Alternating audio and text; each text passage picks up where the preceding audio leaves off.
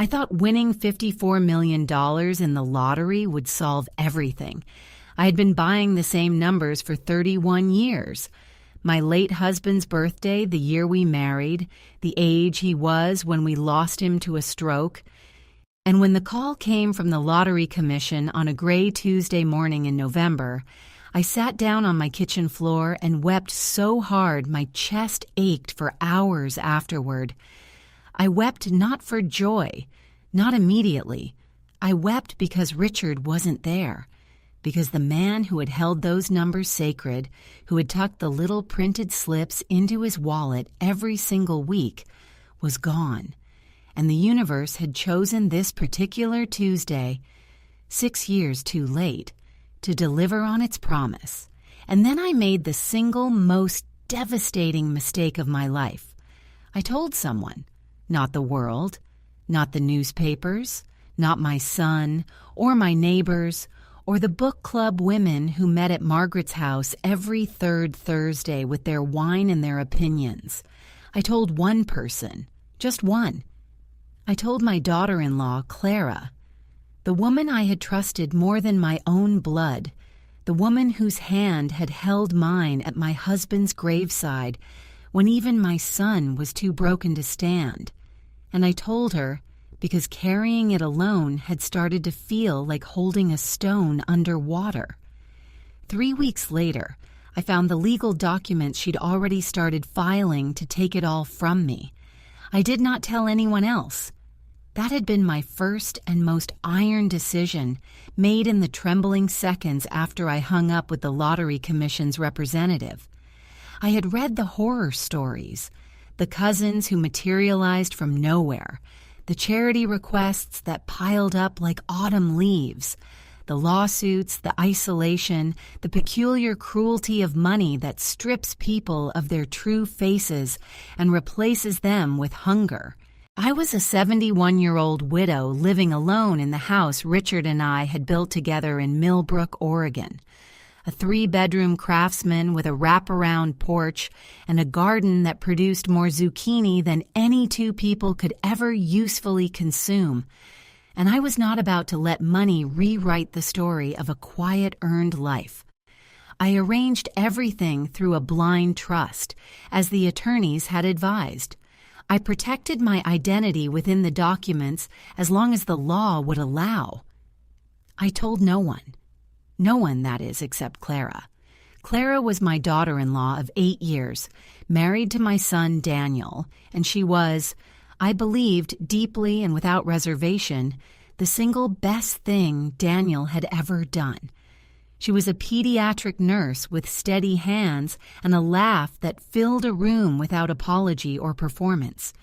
She had been the one to sit with me in the emergency room the night Richard collapsed, his hand going slack in mine so gradually that I had not understood what was happening until a nurse appeared and gently separated us. She had organized the funeral when Daniel's grief made him useless. She had held my hand through the burial without saying a single meaningless thing, and her silence had been the most eloquent comfort anyone offered me in those first terrible days. She was not the kind of woman who filled silence with noise. I valued that above almost everything. And so, 3 weeks after I claimed my winnings, I sat her down at my kitchen table over chamomile tea and told her everything. I remember the precise quality of light that evening. Early December, the winter sun already folded below the tree line by 4 in the afternoon, leaving the kitchen in that warm amber glow that came only from the old pendant lamp Richard had hung himself. Amber glass shade, the kind that made everything underneath it look like a painting from a softer century. The tea was too hot, but I wrapped my hands around the mug anyway, needing the warmth, the solid weight of it. Clara sat across from me in her peacoat, dark hair still damp from a hospital shift, and she watched me with those calm, dark eyes that had always made me feel seen rather than merely observed. She had that quality, a quality I realize now I should have questioned more carefully, of absolute presence, of giving you her complete attention so fully that you never thought to ask what she might be thinking underneath it. I told her the number, $54,238,000 after taxes, before any decisions about investment or structure. I watched her face carefully. There was a flicker, a blink, quick and involuntary. And then she set her mug down very slowly, with the deliberate care of someone who does not want to betray the speed of their thoughts, and said, in a voice so measured it could have come from a therapist, "Mom, are you serious?" I told her I was. I told her about the blind trust, the attorneys, the absolute necessity of secrecy. I told her I wasn't telling her so she could act on it, share it, or change a single thing. I told her I was telling her because the secret had grown too heavy for one person, and because she was the person I trusted most in the world. She nodded slowly. She reached across the table and covered my hand with hers. Warm, dry, steady. "I won't say a word," she said, "not even to Daniel." And I believed her. I had every reason in the world to believe her, and no reason at all to doubt. I had spent 35 years learning to read people. Teaching elementary school is its own advanced degree in human nature. Children cannot yet mask themselves the way adults learn to, and watching them for 3 decades had given me a particular sensitivity to the gap between what a face shows and what a face means. I knew liars. I knew the quality of a smile that doesn't originate behind the eyes. I knew manipulators and their particular talent for reflected warmth. Clara's face that evening showed none of those signs. Her stillness was the stillness of a woman absorbing something enormous, not calculating it, or so I believed, or so I needed to believe. There is a kind of trust we extend to people who have already saved us, and it functions like a lens that softens everything they do thereafter. Clara had saved me in the ways that counted. That trust, I was about to discover, had made me catastrophically blind. The weeks before I won the lottery were ordinary in all the ways that matter most.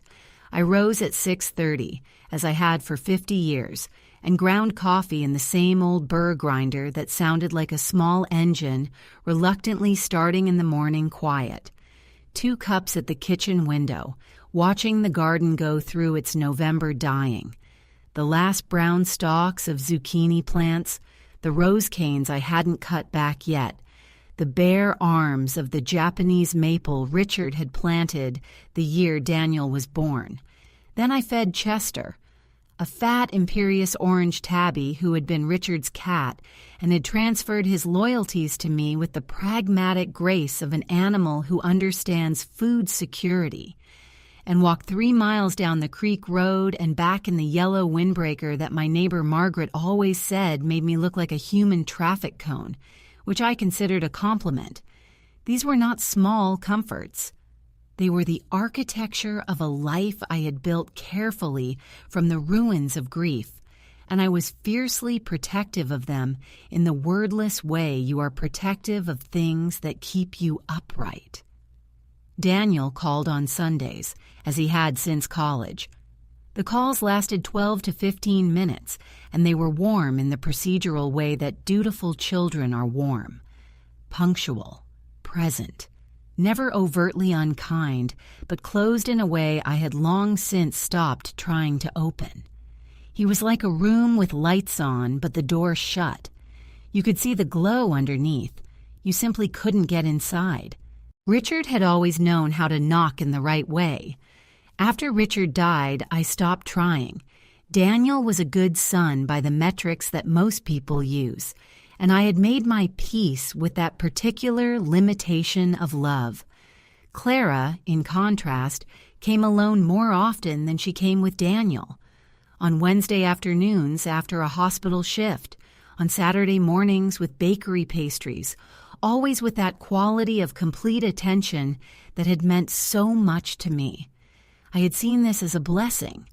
I had not yet thought to see it as anything else. I had not yet learned to ask why someone would invest such careful, consistent warmth in a woman her husband rarely bothered to visit. The first strange thing happened in January, 5 weeks after I told Clara about the money. She arrived on a Thursday afternoon, unannounced but not unusually so, and she seemed different. A quality of energy beneath her calm, like water that appears still but is moving fast underneath the surface. She hugged me in the doorway and held on a half-second longer than usual, and then she went straight to the kettle without asking, which was something she had always done and which I had always loved. But that afternoon it struck me, for a reason I couldn't name, as something other than the comfortable habit it had always been. We sat for 2 hours.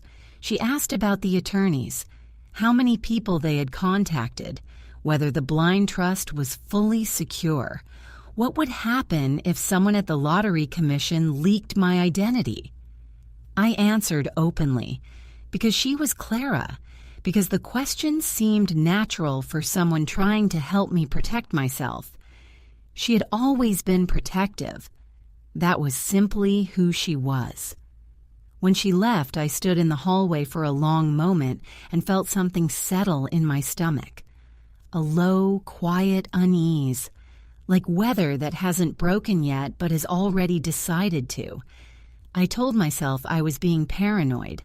I made Chester his dinner and went to bed. In February, Daniel called on a Wednesday. His voice was warm in the performed way I recognized from his childhood, from the times he'd broken something and was preparing to confess. He asked about Chester. He asked, with a studied casualness that would have fooled most people, whether I had figured out what to do with the money yet. I had not told Daniel about the money. That was the entire agreement. Clara had promised. And yet here was my son, asking questions that only someone who already knew could ask. I said very evenly that I didn't know what he was referring to. A pause. 4 seconds, 5, and then he laughed and said he must have gotten confused, that Clara had mentioned I'd had some good news, and he'd assumed it was something to do with the garden. I said yes, the garden. I laughed too, lightly, naturally, in the way I had learned to laugh over a lifetime of keeping peace. We hung up 12 minutes later. I put the phone on the counter and stood very still in the kitchen and felt the unease in my stomach sharpen into something I could almost name, but was not yet ready to name. She had told him. Within 5 weeks of sitting across from me at that table, her hand over mine, promising, she had told Daniel, and they had both decided to pretend it hadn't happened. I did not sleep that night. I lay in the dark with Chester purring at my feet and told myself all the things we tell ourselves when we are not yet ready to know the truth. I was not ready until March. It was a Saturday morning, the kind of thin Pacific Northwest morning when the light comes in gray and watery through the windows and the whole world looks like it's still deciding whether to fully arrive. I had invited Clara and Daniel for brunch, a rare joint visit that Clara had actually suggested, which I noted without examining. I had made a frittata, sliced fruit, brewed the good coffee I saved for company. Clara arrived first 20 minutes before Daniel, and she was lovely and warm and helped me set the table, and I watched her hands moving through my kitchen, capable, certain, without hesitation, as though she had always had the right to every inch of it, and felt something tighten in my chest that I was not yet calling suspicion, but that was already shaping itself into something harder than doubt. She went to use the bathroom. I went to refill the coffee. Her phone was on the kitchen table, screen up, and it lit with a notification from a contact listed only as R.H. Law. In the half-second before the screen dimmed, I read 3 words: amended trust documents. I set the coffee pot down very carefully. I could hear the faucet running down the hall.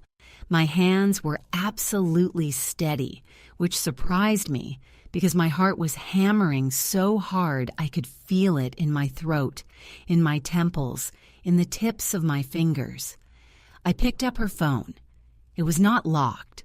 I had 1 second to decide what kind of woman I was going to be. The kind who put the phone down and said nothing, or the kind who looked. I looked.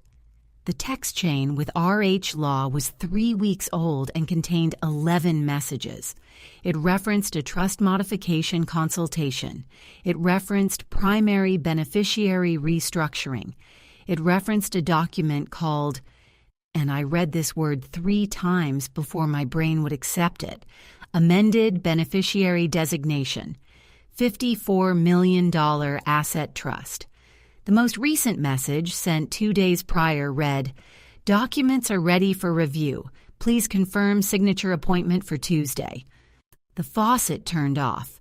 I put the phone down exactly as I had found it. I walked to the counter and poured 2 cups of coffee with hands that were no longer entirely steady, though I would not have let anyone in the world see that. When Clara came back into the kitchen, I smiled at her and handed her her cup and said, "Daniel should be here any minute." She smiled back at me.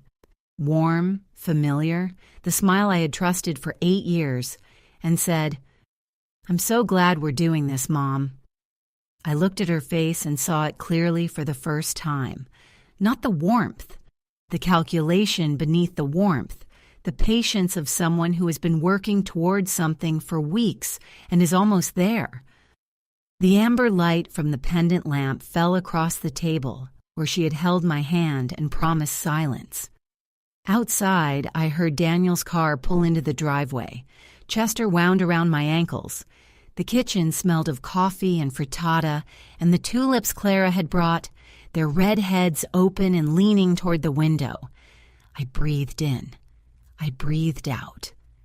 And I understood, with the terrible clarity of a woman who had spent 35 years learning to read people and had simply stopped reading the one who mattered most, that the real lottery had not been the ticket.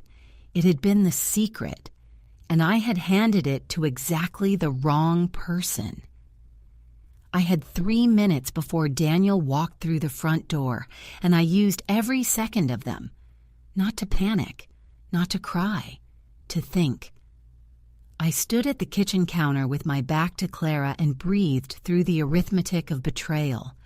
The 5 weeks since I'd told her, the February phone call disguised as confusion, the 11 text messages with a law firm I had never heard of, R.H. Law. I turned the name over in my mind while I arranged the sliced fruit on the platter with hands that had decided, on their own, to be useful rather than idle. Whoever R.H. Law was, they had been retained before February. They had been retained perhaps within days of Clara leaving my kitchen, with her promise still hanging in the air. I set the platter on the table. I smiled at Clara. She smiled back. We were 2 women in a kitchen, and only one of us knew what the kitchen now contained. Daniel came in smelling of cold air and the cedar soap he'd used since college. He kissed my cheek. He said the kitchen smelled amazing. He set a bottle of sparkling water on the counter and went to stand beside Clara, and I watched them. The careful inch of space between their shoulders, the way he did not quite look at her, the way she did not quite look at me, and understood with fresh, cold clarity that this was not simply Clara's scheme. Daniel was in this room with the specific stillness of a man who knows a fire is coming and has chosen to stand inside it rather than warn the building. His hands were too still. His smile was too ready. I had taught elementary school for 35 years. I knew what prepared innocence looked like. We sat. We ate. I conducted the entire brunch from behind a face I had spent a lifetime learning to compose. Warm, unhurried, genuinely interested in their answers. I asked about his work. I asked about her patients. I asked about spring plans. They answered with the slightly heightened brightness of people performing normality for a critical audience, and I cataloged every detail while appearing to catalog nothing. When they left at 2:00, Clara hugged me in the doorway, her arms around my shoulders, her cheek briefly against mine, and said she'd come by Wednesday. She was still scheduling access, still maintaining the infrastructure. I smiled and said Wednesday would be lovely and watched their car disappear around the bend in the road, and then I sat down on the porch steps in my cardigan in the cold March air and did not cry because I had decided I was finished crying over people who had counted on my tears. I called Margaret before the car had made it to the end of the block. Her cousin William Hartley had spent 40 years as a trust and estate attorney in Portland, and I had filed him away in memory years ago, in case. The case had arrived. She called back within 20 minutes. William could see me Monday morning. Monday morning was perfect. I spent Sunday at the kitchen table with a legal pad, writing down everything, dates, the questions Clara had asked in January, the precise wording of the messages I'd seen on her phone, the name of the firm. I searched Reston Hughes Law online and found a small Pearl District practice specializing in estate and trust litigation. Not trust formation, litigation. You hire trust litigators not to build something, but to fight over something already built. I sat with Chester on my lap and thought about Richard tucking lottery tickets into his wallet every week for 31 years. He had said it was never about winning. It was about the 10 minutes of imagining. I thought about what he would have said now. I decided he would have said, well, now you know who the house is really for. William Hartley listened to everything on Monday without interrupting once. When I finished, he asked 3 precise questions, then said, whatever they filed, they did it without your knowledge or consent. That makes it fraudulent. He said it with no drama, no cushioning, the tone of a man stating a structural fact. I found it enormously comforting. He contacted the original trust attorneys that afternoon and requested a full audit of any modification requests associated with my trust. He told me not to contact Clara or Daniel until he said it was time. I went home, tended the garden, and waited with the patience of someone who has decided that patience is now a weapon. William called on Thursday. His voice was level, but with something underneath. The quality of a person choosing words for a courtroom. The audit had found 2 things. First, someone had contacted the original trust firm posing as my representative, requesting documentation of the trust's asset structure. The firm had declined without direct client verification, but the request had been logged. Second, and this was the thing that made me sit down and press my hand flat on the kitchen table to feel the solid wood beneath it. The name on the Reston Hughes retainer agreement was not Clara's. It was Daniel's. My son had hired them. Clara had simply been the one with access to me. She had been the warm, trusted face, scheduling Wednesday visits. The legal machinery had been built by my son, and it had been constructed 6 days after Clara sat at my table with her hand over mine. 6 days. I sat in that knowledge for a long time. The amber lamp cast its usual glow across the kitchen, and it looked like a painting from a softer century, the same painting it had always been, except now I was reading it differently. All the warmth, all the patient consistency of Clara's visits, all of Daniel's careful Sunday calls. I had been reading the text without the context, seeing the warmth without asking what it was built on. I had wanted so badly to believe that the people who showed up after grief were showing up because they loved you. I had been right about that nearly everywhere for most of my life. I had been very wrong about this room. William said it was time. What followed was not the dramatic, shouting confrontation I might have imagined. I arranged a family meeting. I used the phrase, decisions about the trust, which was precisely true.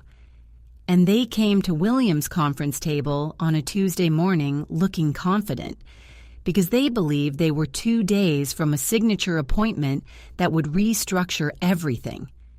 Daniel had his hands folded.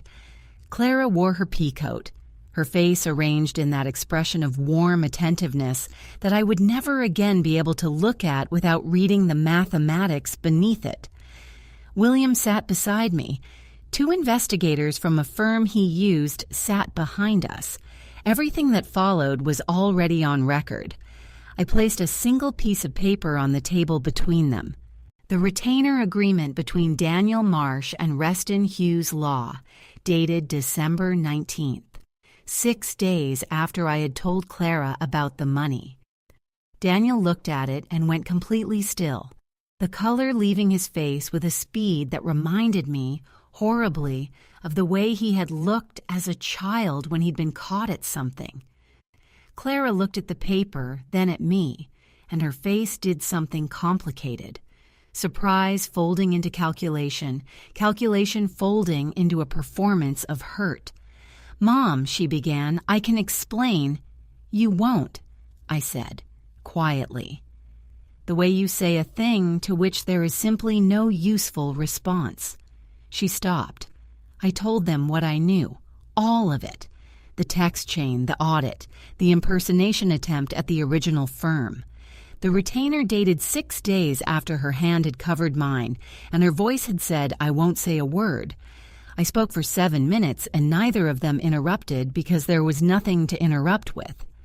When I finished, William slid a cease and desist across the table, and a notice of intent to pursue civil fraud charges. Daniel's attorney advised him not to speak. He didn't. He stared at the table with the silence of a man who has lost and knows it and cannot yet locate the language for what losing means. Clara looked at me once, directly, honestly, for the first and last time. And I saw in her face not guilt, exactly, but something more complicated. The expression of a person who made a calculation and got the variable wrong. She had calculated that I was a lonely old woman who would not look too closely at the people who warmed her. She had been almost entirely right. She had simply underestimated what happens when a lonely old woman finally looks. Reston Hughes withdrew within 48 hours. The modification documents were never executed. The civil case settled quietly. Full restitution of legal fees, a formal acknowledgement of the conduct, and the clause William had insisted upon, and which gave me a satisfaction I will not pretend was small. Daniel and Clara were formally removed as potential beneficiaries from any future iteration of my trust. The house was never in jeopardy. The $54 million was never in jeopardy. What was lost, and I name it plainly because I have earned the right to, was my son. Not his phone calls. He called eventually in a voice emptied of performance, and I listened and said very little. Not his physical presence, but the version of him I had believed in. The room, I thought, had its lights on. There is no innocent interpretation of a man who hired lawyers 6 days after learning his mother's secret. There is only the grief of it, which is different from the grief of death, slower, more bewildering, the grief of discovering that the room was never quite what it appeared. Clara filed for divorce in May. I noted it and went on. What I feel now, every morning I walk to the creek and back in my yellow windbreaker, is something I don't have a precise word for. somewhere between relief and clarity and the particular lightness of a person who has learned, at 71, exactly what her life is made of. I finished the garden in spring. I added a lavender bed along the south fence because I had always wanted lavender, and there had always seemed to be a reason to wait. And I understood now that there had never been a reason to wait. I had Margaret and William for dinner in June, on the wraparound porch with the windows open and Chester occupying the best chair, magnificently indifferent to the company. I have given, quietly, through the trust, without a name attached, to the school district where I taught, to a housing fund for elderly residents in Millbrook, to the hospital where Clara once cared for children with steady hands I used to admire. The money turned out to be less about having it than about what it let me do with the life I had already built and never quite finished. The amber lamp is still on. The kitchen still looks like a painting from a softer century. I still drink my coffee at the same window, watching the garden go through its seasons. The only thing I have changed is this. I no longer leave the door ajar for people who mistake my grief for an opening. Richard bought those lottery tickets for 31 years and called the 10 minutes of imagining the whole point of it. He was right. It was never about the number. It was about knowing precisely and without illusion what your house is worth and who, after everything, gets to keep the key.